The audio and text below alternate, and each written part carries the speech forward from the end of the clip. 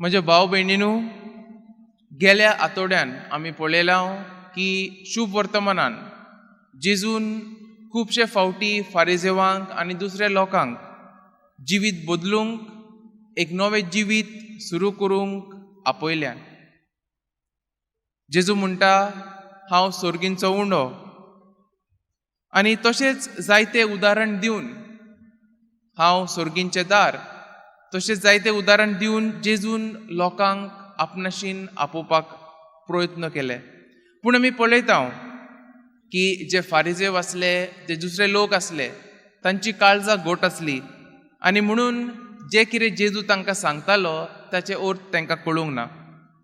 आनी आयची वाचपां तशींच आमकां जिवीत बदलूंक, आमचे आपोवणे परतून वळखून घेवंक आपयता. आनी जेजू आमकां सगल्यांक एक बरो उदाहरण दिता. जेजू म्हणटा, हांव एक बरो गवळी. आनी जसो एक बरो गवळी दुसऱ्यांचें बरेपण पळयता, जसो एक बरो गवळी सदांच मुखार वयता, तशेंच आमकां सगल्यांक आयज जेजू आपयता. आयचे वाचपांचेर थोडो आमी नियाळ करुया. आयच्या पयल्या वाचपांत आमी पळयता की पुनर्जिवंतपणांत उपरांत पेद्रू जेजू बऱ्या गवळ्या विशीं धिरान आनी काळजीदारपणान पयलेच फावटी तो परगोटणी करता. आनी पेद्रू कितें सांगता? पेद्रू म्हणटा, जिवीत बदलात आनी तुमच्या पातकांचे बोगसणे खातीर जण एकल्यान जेजू क्रिस्ताच्या नांवान पवित्र स्नान घेवचें आनी तुमकां पवित्र आत्म्याची देणी मेळटली. आतां आमी पळयता की ही परगोटणी आयकून जे हाजीर आसतले जायत्यांक खोंत भोगली आनी जिवीत बदलून आनी पातकाचे बोगसणे जोडून ताणें पवित्र स्नान घेतलो आनी पवित्र आत्म्याचे देणे स्विकार केले. आतां आमी पळयता खुबशे फावटी आमी हें आयकता की आमी जिवीत बदलूंक जाय. जण एकल्याच्या जिवितांत आमी पळयता की कोश्ट आसा, जे आमी शॉर्ट कमींग म्हणटा ते आसा. हें वळखून घेवन खूब गरजेचें. पूण जेन्ना हें आमी वळखून घेता, आमचे पातक आमी वळखून घेता, तेन्ना आमकां देवाची शक्ती जाय पडटा, देवाचो आदार जाय पडटा. कित्याक आमचे सयत तें सोंपें न्हू. पूण जेन्ना देव आदार दिता, जेन्ना देव आमचे मुखार वयता, तेन्ना तें सगळें बरेपणान जाता. आनी हेंच आयज पयले वाचपांत आमकां बरे भाशेन सांगलेलें आसा. तशेंच दुसऱ्या वाचपार आमी नियाळ केलो जाल्यार आमी पळयता की सांत पेद्रू आपल्या चिटींत आमकां आमच्या आपोवण्याचो उगडास करता.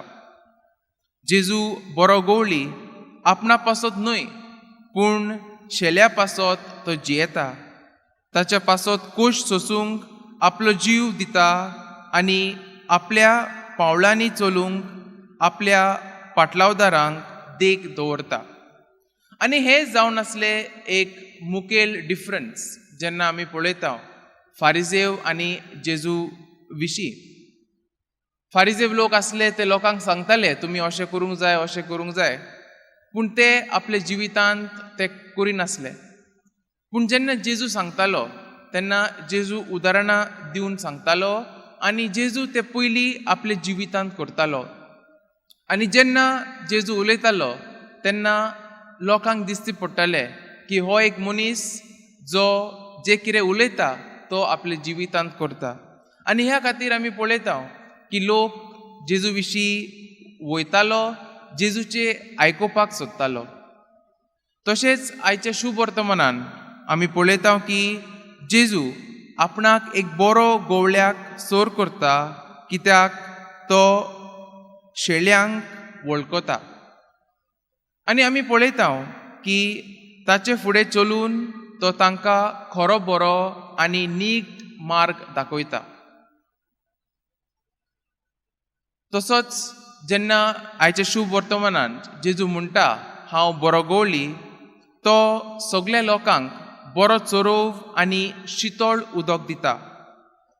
अशें कुरपेचें जिवीत सुबामपणान वाडटा. आनी जेजू आनी एक वस्त आमकां सांगता. जेजू म्हणटा की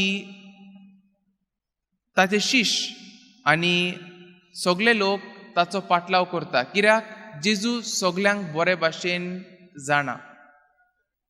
जेजू सगल्यांक नांवान आपयता आनी आमी पळयता की जेन्ना आमी नांवान आपयता तेन्ना खोल इश्टागोचेचो संबंद आमी सांबाळटा. कोणाचेच नांव आमी काडले उपरांत त्या मनशाक खुशाल भोगता. तशेंच जेजू जोण एकल्यांक बरे भाशेन जाणा आनी ह्या खातीर आमी पळयता की जे जेजू आमकां सांगता ते खूब फावटी आमच्या जिवितांत करूंक सोंपें न्हय, पूण जेन्ना आमी आमचें जिवीत जेजूच्या हातांत घालता, जेन्ना आमी जेजूचे शिकवण बरे तरेन आमच्या जिवितांत वापरता तेन्ना तें सोंपें जाता. कित्याक आमी पळयता की जेजू आमच्या मुखार वयता, जेजू आमकां वाट दाखयता आनी जेजू आमकां आदार दिता. तर ह्या मिसांत आमी खेरीतपणी वांटो घेता तेन्ना, ह्या वासपांचेर नियाळ करता तेन्ना आमी ह्या करपा खातीर मागुया की जेन्ना आमी आमच्या संवसारांत कोश्ट पळयता, दुसऱ्या जाणांक पळयता जे पिडापिडीन आसता, जांकां आदार आसा, आमी तांकां आदार करूंक वचुया. कित्याक जेजून आमकां आदार केलो आनी जेजू आमकां एकामेकाचो मोग करूंक आपयता. आमेन.